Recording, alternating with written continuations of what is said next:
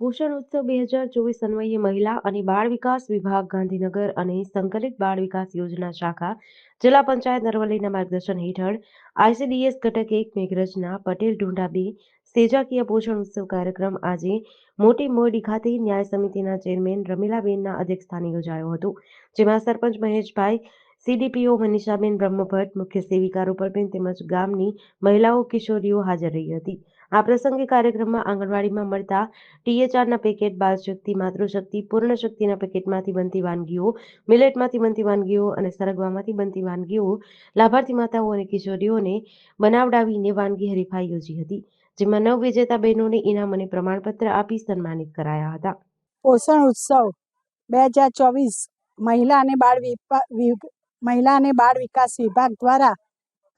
અને આઈસીડીએસ જિલ્લા પંચાયત અરવલ્લીના માર્ગદર્શન હેઠળ આઈસીડીએસ મેઘરજ ઘટક 1ના પટેલ ઢુંડા 2 સેજાના મોટી મોરડી મુકામે આજે પોષણ ઉત્સવ પ્રોગ્રામ યોજાઈ ગયો, જેમાં ખૂબ બધી સંખ્યામાં સગર્ભા ધાત્રી માતા અને 6 માસથી 3 વર્ષના બાળકોની માતા અને કિશોરીઓ દ્વારા વિવિધ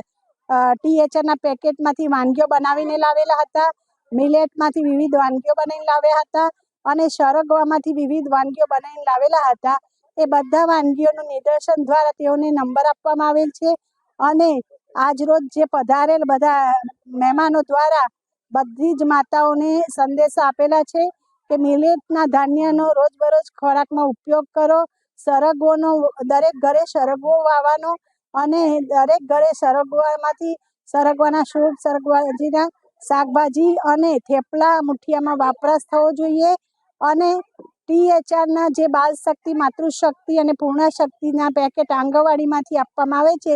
તેમાંથી નિયમિત વાનગી બનાવીને બાળકો, માતા અને કિશોરીઓએ ખોરાક ખાવો જોઈએ, જેમાંથી વિવિધ પોષક તત્વો